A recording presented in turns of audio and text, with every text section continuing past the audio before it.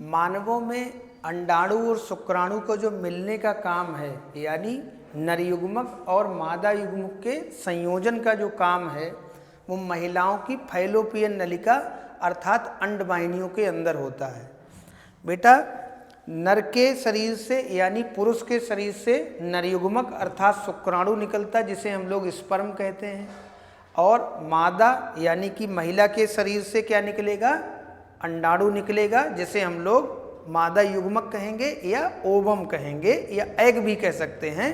तो जो नरयुग्मक और मादा युग्मक अर्थात शुक्राणु और अंडाणु दोनों का संयोग होता है, दोनों का मिलना होता है, ये काम महिलाओं की फैलोपियन नलिका के सबसे चौड़े भाग, जिसे एम्पुला कहते हैं, वहाँ पर होता है। इस प्रोसेस को, इस प्रक्रिया को हम लोग निषेचन अर्थात फर्टिलाइजेशन के नाम से जानते हैं। ठीक है, तो नरयुग्मक और मादा युग्मक दोनों मिलकर के क्या बनाएंगे? बोलो, जाइगोट। क्या बना देंगे? जाइगोट। मैं थोड़ा आपको बता रहा हूँ कि पुरुष के शरीर से नरयुग्मक यानी मेल गैमीट, ठीक, जिसे हम लोग शुक्राणु भी कहेंगे। मैं थोड़ा हिंदी में इसलिए बता रहा हूँ ताकि सब बच्चों को समझ में आ जाए। और महिला के शरीर से क्या? मादा युग्मक। मादा युग्मक अर्थात कौन? अंडाणु। ठीक है, यानी फीमेल गैमीट, और फीमेल गैमीट को हम लोग अंडाणु यानी ओवम कहते हैं। तो ये जब दोनों मिलते हैं, इन दोनों के मिलने का जो काम है, ठीक, इस मिलने की प्रक्रिया को हम लोग निषेचन कहते हैं। क्या कहते हैं? निषेचन। अंग्रेजी में फर्टिलाइजेशन कहा जाता है। तो जो नरयुग्मक और मादा युग्मक हैं, वो दोनों मिलेंगे। इस प्रोसेस का नाम क्या है? निषेचन यानी फर्टिलाइजेशन। और निषेचन के बाद बनेगा क्या? जो बनेगा, इसमें शुक्राणु भी है और अंडाणु। शुक्राणु अंडाणु के मिलने से जो चीज बन रही है, ये 2n नाम की बन रही है। इसका नाम है जाइगोट। ये मैंने 2n क्यों लिखा? क्योंकि जाइगोट हमेशा द्विगुणित यानी डिप्लॉयड होता है, और नरयुग्मक और मादा युग्मक हमेशा कैसे होते हैं? एन, और ये भी एन यानी अगुणित होते हैं। अंग्रेजी में हैप्लॉइड कहते हैं। अब ये जाइगोट बेटा बना कहाँ पर है? जाइगोट का निर्माण एक नली में हुआ, यानी ये दोनों मिलने का काम कहाँ हुआ? एक नली के अंदर। ये नली है, इस नली का नाम क्या है? फैलोपियन नलिका। तो जो फैलोपियन नाम की नलिका है, उस फैलोपियन नलिका में अंडाणु शुक्राणु मिले, अर्थात निषेचन की क्रिया हो गई और जाइगोट बन गया। अभी जाइगोट में एक कोशिका है। जाइगोट कितनी कोशिका का है? एक कोशिका।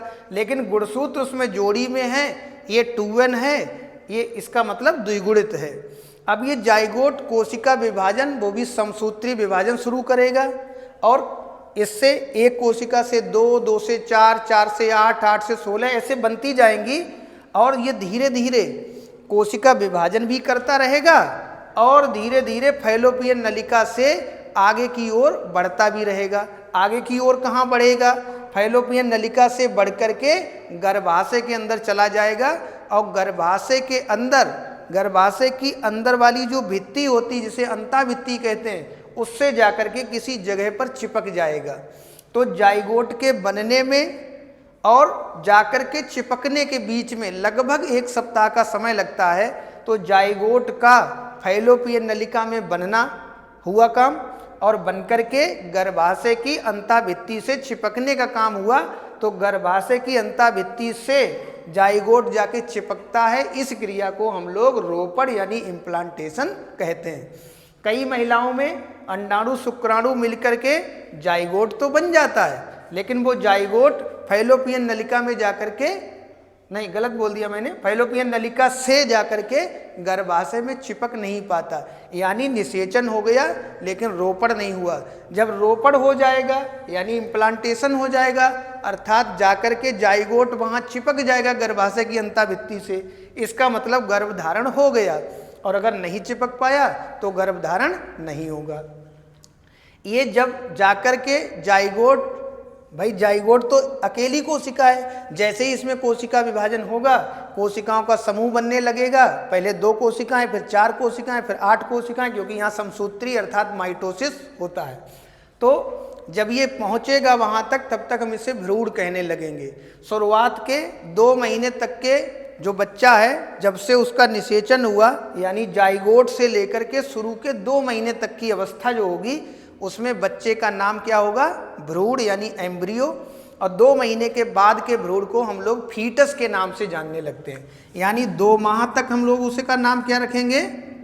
बोलो, एम्ब्रियो यानी भ्रूण। जो बच्चा है माँ के गर्भ के अंदर, वो 2 माह तक क्या कहलाएगा? एम्ब्रियो यानी भ्रूण। और 2 माह के बाद में, 2 माह के बाद में उसका नाम क्या हो जाएगा? जो है वो फीटस बन जाएगा। FOETUS, foetus. इसके लिए फीटस कहेंगे।